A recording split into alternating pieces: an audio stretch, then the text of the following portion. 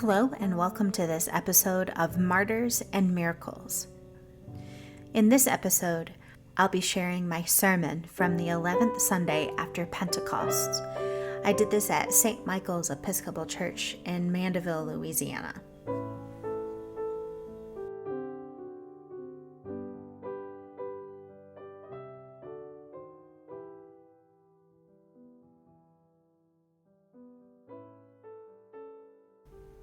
Our reading from Luke 13, verses 10 through 17.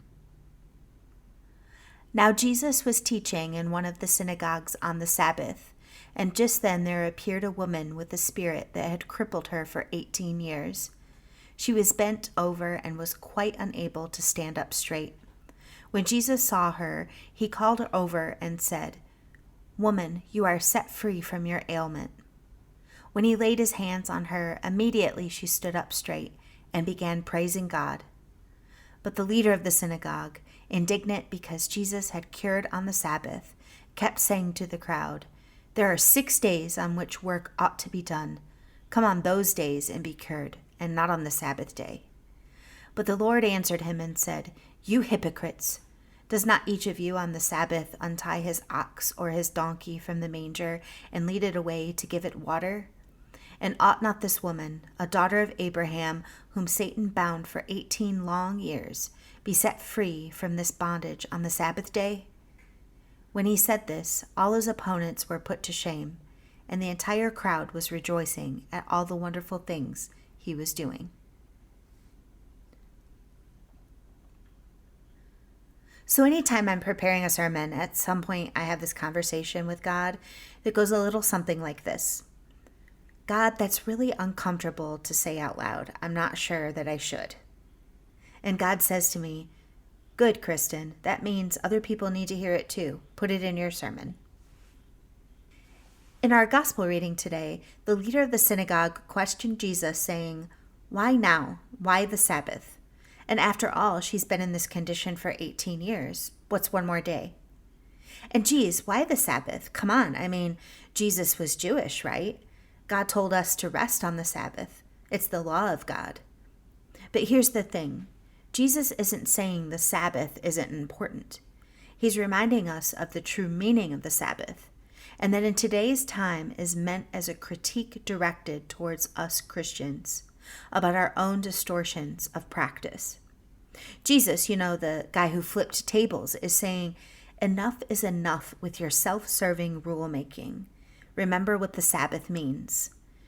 And remember, friends, the Sabbath was made to unbind us, to set us free. Maybe this why now, why the Sabbath is the biblical equivalent to modern times when we hear, why them? Why do they deserve healing? Why should they get rest? I mean, why immigrants? They come over here illegally anyway. Why the homeless? They put themselves in that position. Why people with mental illness? That's just an excuse. Why the poor? They just aren't smart with money. Why the addicts? They're just going to go right back to their addictions. Why the least of these? Why them who are so much unlike me? And hey, I mean, what's one more day or decade or century for that matter? They're used to it. Nothing will change anyway, right? Can't we move on to more important things like a day of rest for the people who actually deserve it? I remember the first time I told a family member I was volunteering at the sober living houses in the city, and they said, "Really? That's so dangerous, Kristen. It's in such a bad neighborhood, and people with addiction, they just can't control themselves." To which I responded, "Do they not deserve healing, even if it's simply a ministry of presence?" Recently, I had to write a summary for a summer project I'm working on for school, and for those of you who don't know, I'm in seminary to be a deacon in the Episcopal Church. And as I was writing this summary, I realized how appropriate it was for the gospel reading today. So I wanted to share that with you, a piece of this essay summary that I had to write, because it was so fitting. My friend and mentor, Deacon Jay, sat with me one afternoon talking about school, life, and ministry, and shared about the 14 years he spent in his own ministry at a sober living house for men with addiction. He invited me to tag along with him on a Monday sometime for movie night with Deacon Jay. I couldn't think of anything more uncomfortable than going to a house full of men with addiction. So I hesitantly said, "I'll try it because I trust you, but I can't make any promises." See, Jay didn't know my past with addicts. And since we're asked in seminary to get outside of our comfort zones in ministry and do something new, I guess this fit pretty perfectly. I have 3 distinct memories from childhood. Number 1, in 3rd grade, spending the night at a friend's house and her stepdad was drinking. She was scared and she grabbed me to run outside and climb into her treehouse where it was safe.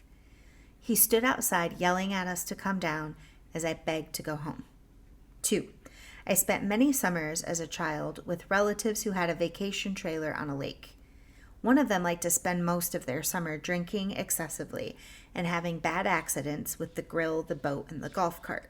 One evening, they fell over on top of me at the picnic table, pinning me down with their weight, and vomited all over me.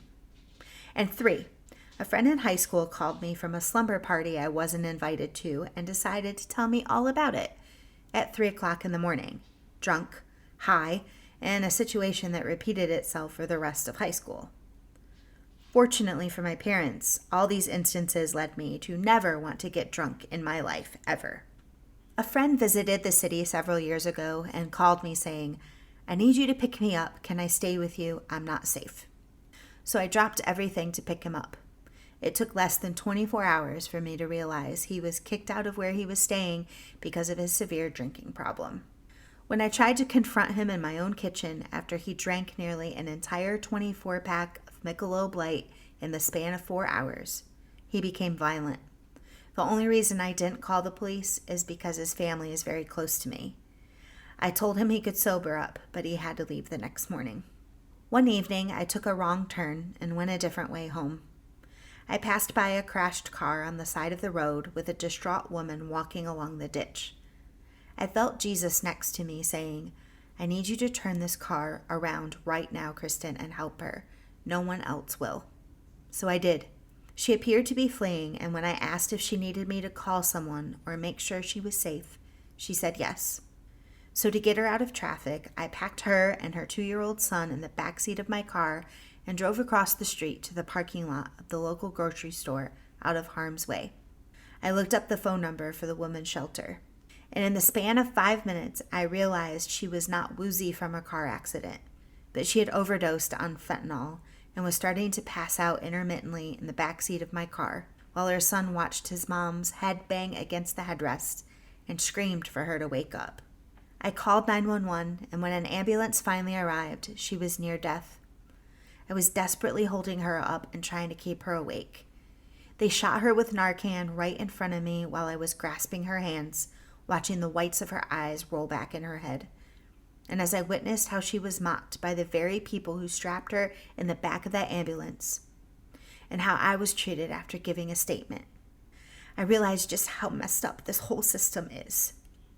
One sarcastic, "You get the Gold Star Citizen Award of the day for saving another one of our precious addicts," and I realized things were a lot more complicated than they seemed. In between confronting my friend after 19 beers and picking up a frail woman and her 2-year-old son from the side of the road, my cousin, who is more like a sister to me, called in desperation one evening while I was teaching an art class. She was trying to drink herself to death. Problem was, she lives in Arizona, and I was in a dimly lit parking lot on the other side of the overpass in Slidell, Louisiana. After a dozen frantic phone calls, we were able to get her help, get her into detox and a program. And she has really come into her own in recovery since then. Last year, her partner died suddenly of an overdose of painkillers mixed with alcohol. Her partner fell asleep on the couch, and my cousin, not knowing she dosed up to sleep, came back to the room because the dogs were barking incessantly. But it was too late. She was gone. If it weren't for all the friends my cousin made in AA and her sponsor acting immediately and not leaving her side, she would likely be in that same dead position. And when I visited my dear cousin last year in Arizona, we hiked to Sedona, drove up the Grand Canyon, shared meals and faith-filled conversation, and I went to AA meetings with her nearly every night. I watched her pour coffee with a smile to her fellow addicts as they shared their stories of relationships, relapse, and recovery, having no idea these would be the very kind of people I'd surround myself with on a regular basis. People I'd be comfortable around, and people who introduce themselves by their faults. How truly holy is that? My Monday routine now includes popcorn and movies with a room full of addicts who just need someone to say, "Hey, you matter," and someone to pray with them and give them a hug and a smile. I've heard so many of their stories, very real and broken people from all walks of life, whether they are prolific lawyers with an alcohol problem, to doctors and nurses who stole drugs from their own hospitals, to fathers shooting up but never in front of their kids, to the man who said he was a terrible dealer because his level of empathy stretched to the addicts on the street with their own horrific stories, to the frail homeless man with the sweetest smile and a drinking problem, the kind of guy everyone, including myself, has hastily passed by on the street saying, "Oh, he'll just use that money to buy drugs and alcohol." And he did. Spending time with these alcoholics and addicts has shattered everything I ever thought of them in the past, every harsh word spoken, every judgment ever made. These are real people who want to do something about their addiction, whether they relapse or not, remembering that this is a disease. Some are there because they checked themselves in. Some are there by court order. Either way, they are just happy to have a couple hours to watch a movie and eat popcorn with people who are not there to judge them, but to pray with and for them. I was anxious to meet the women at the sober living house once my therapy dog, Angela Basset Hound, was approved to visit. What I didn't realize is that I'd be leading group meetings with her too. These addicts have taught me far more than I've ever shared with them, and they are very patient with me. Taking Angela on these visits is a lesson in trust and letting go, much the same as the Holy Spirit herself. Angela has a sixth sense about people. She's gentle, kind, and as a basset hound, very slow-moving, which is great for people in recovery. The best way I can describe the importance of her presence is one morning at the woman's sober living house where someone was pacing and crying, waiting for their counselor. Angela wouldn't leave her side. The counselor came and took the woman outside to talk, and Angela would not leave the door. The rest of the group was sad that their therapy pup didn't make her regular greeting around the room, and I said, "She just knows." When the woman came back through the door into the hallway, Angela pounced and fell over on her back, paws in the air, right at her feet. The woman took one look at me and said, "How did she know?" Then fell into a puddle on the floor, cradling Angela in her arms. Me and the whole room were in tears. Angela's ministry of presence has allowed some of the tightest people to loosen, be more comfortable, and finally share some of the pain they didn't feel safe in sharing before. Because how can you not feel comfortable stroking long silky ears while a dog snorts herself to sleep?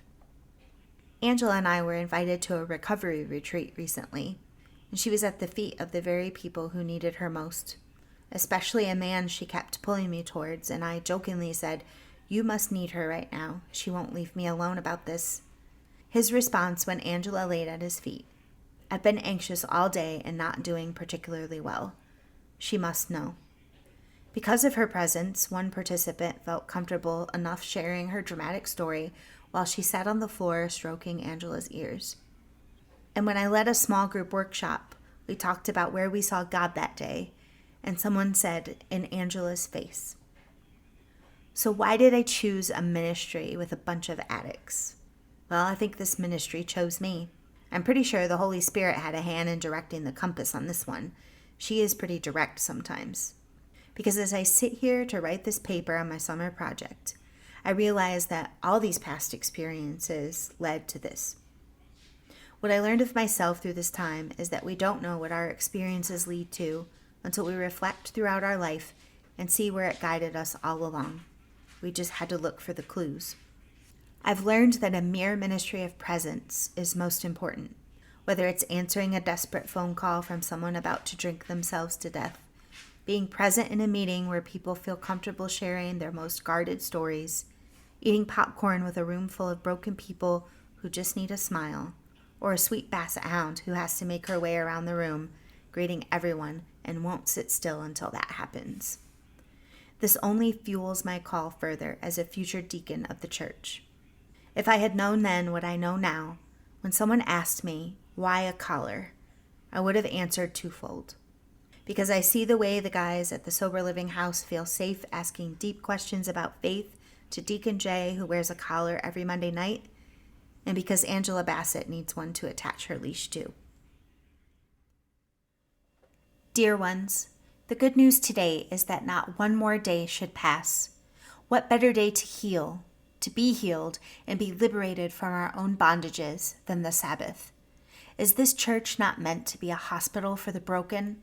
Are we not all bound by our own ailments as long-suffering offspring of Abraham and Sarah, like the woman in our gospel story today? Do we not all deserve to be untied like the oxen and given water to drink? And what of our siblings of the world? What of the poor, the broken, the marginalized? What of the addicts I see every week? Are they not deserving of love, liberation, and healing too? As my friend Father Martin said, Jesus taught that all of us are beloved children of God, and that for Jesus there is no us and them, only us. So the desperate woman has been healed, the argument won, and the crowd rejoices at Jesus' healing miracles and putting these self-serving leaders in their place. But the story doesn't end there. The next verses of this chapter in the gospel go on to talk about mustard seeds and yeast. It's as if Jesus is saying, this woman who you thought was so small, so insignificant, is a daughter of Abraham and Sarah too. Her healing news will spread like a tiny mustard seed or the rising of a loaf of bread. Dear friends, how are you spreading your own healing stories throughout the world? How are you reminding others they are loved, that they matter? And the most important thing is a ministry of presence. How are we taking our own life's experiences and using that as a salve, not only to heal others, but to heal ourselves? Maybe we all need to be a little bit more like Angela Bassett Hound, resting at the feet of those who need healing the most, just sharing a smile, a laugh, and absolute presence. Isn't that what Jesus would do? God, that was really uncomfortable to say out loud. Good. Amen.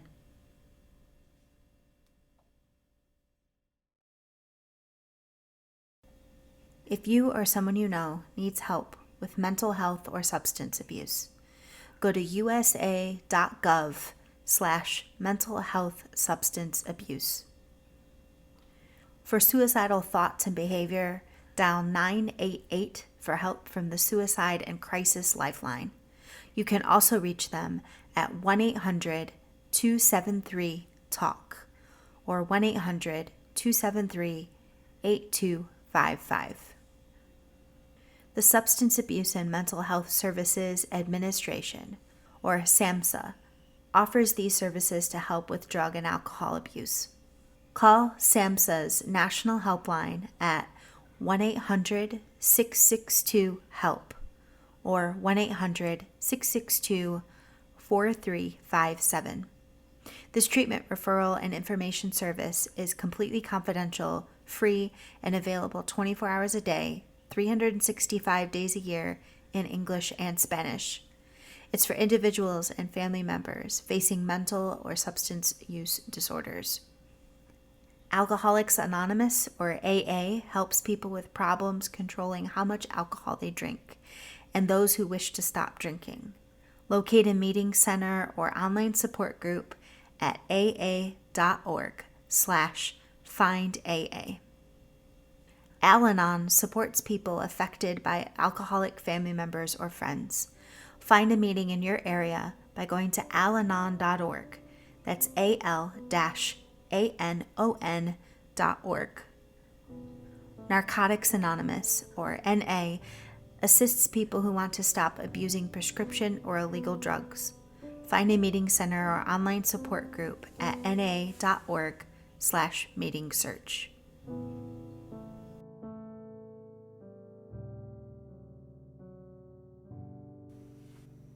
I wanted to give a shout out and a thank you to Max DoVale for our original music. and to all of my patrons on Patreon. If you'd like to contribute to this podcast and everything else that we do in this ministry, please go to patreon.com/Kristen Wheeler Artist. The link will be in the description, and we can't do this without you.